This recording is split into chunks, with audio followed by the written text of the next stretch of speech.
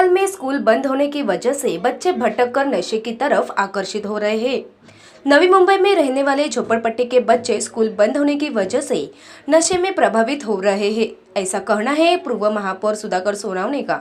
इसी सिलसिले में उन्होंने नवी मुंबई आयुक्त अभिजीत बांगर से मुलाकात कर तुरंत स्कूल खोलने की गुजारिश की है, ताकि नवी मुंबई में रहने वाले बच्चे का भविष्य उज्जवल हो सके। देखिए, मैंने जो मुद्दा उठाया था वो मुद्दे को अगर एक सिरे से देखा जाए तो मैंने कहा कि पिछले 1.5 साल से स्कूल नहीं चल रही है और स्कूल के जो टीचर है उनकी संख्या हज़ारों में है।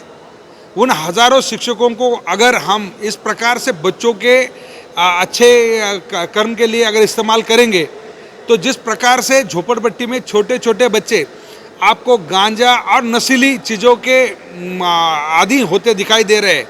कल का मैं आपको एक ये बताता हूँ, बहुत दुख हुआ मुझे। 10वीं पास होके बच्चा मेरे स्कूल से जब चला गया, उसके बाद अब वो 11वीं में बच्चा पढ़ रहा है और अपने बाप को उसने बोल दिया कि मुझे तुम्हारे साथ नहीं रहना है।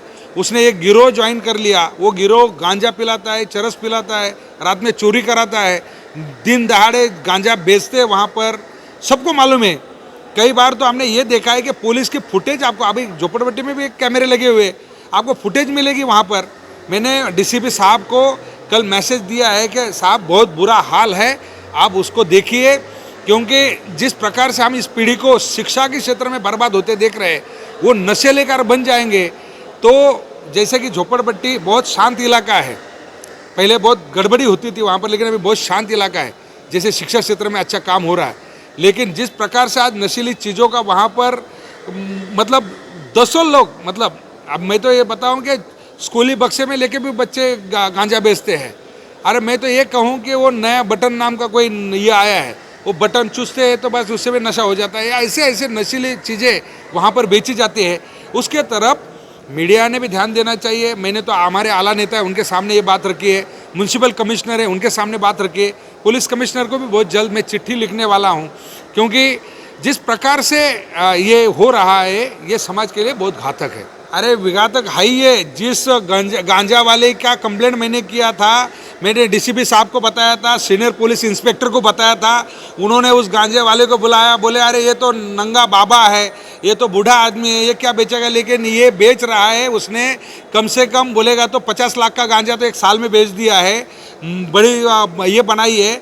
और उसके चलते वो गांजा पीने वाले ने वो गली में मोटरसाइकिलें जलाने की वारदात शुरू कर दी, कई लोगों के ऊपर चाकू मारने की वारदात शुरू कर दी, रास्ते पे खून खराबा करने शुरू कर दी, दिन दहाड़े चोरी करना शुरू कर दी। और क्या आप चाहते हो? और क्या समाज में और क्या बिगड़ना चाहिए?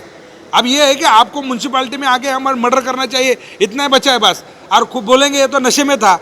नशे में जिस प्रकार से उनको करवाया जाता है वो करेंगे, तो ये घातक है, समाज के लिए घातक है। इसके ऊपर निश्चित रूप से ध्यान देना चाहिए। ये नहीं है कि झोपड़पट्टी का बच्चा है, वो झोपड़पट्टी का बच्चा के कॉलोनी में आके वहाँ पर मर्डर नहीं कर सकता है, चोरी नहीं कर सकता है। कहीं भी हो, गलत काम हो रहा है उसे वहाँ रोकना चाहिए, और रोकेंगे तभी निश्चित रूप से ये जो शहर है, भविष्य में आने वाला जो लॉ एंड ऑर्डर का जो प्रश्न है वो निर्माण नहीं होगा। कैमरामैन बबलू रावत के साथ संदेश श्रीवास्तव की रिपोर्ट, ग्लोबल चक्र न्यूज़, नवी मुंबई।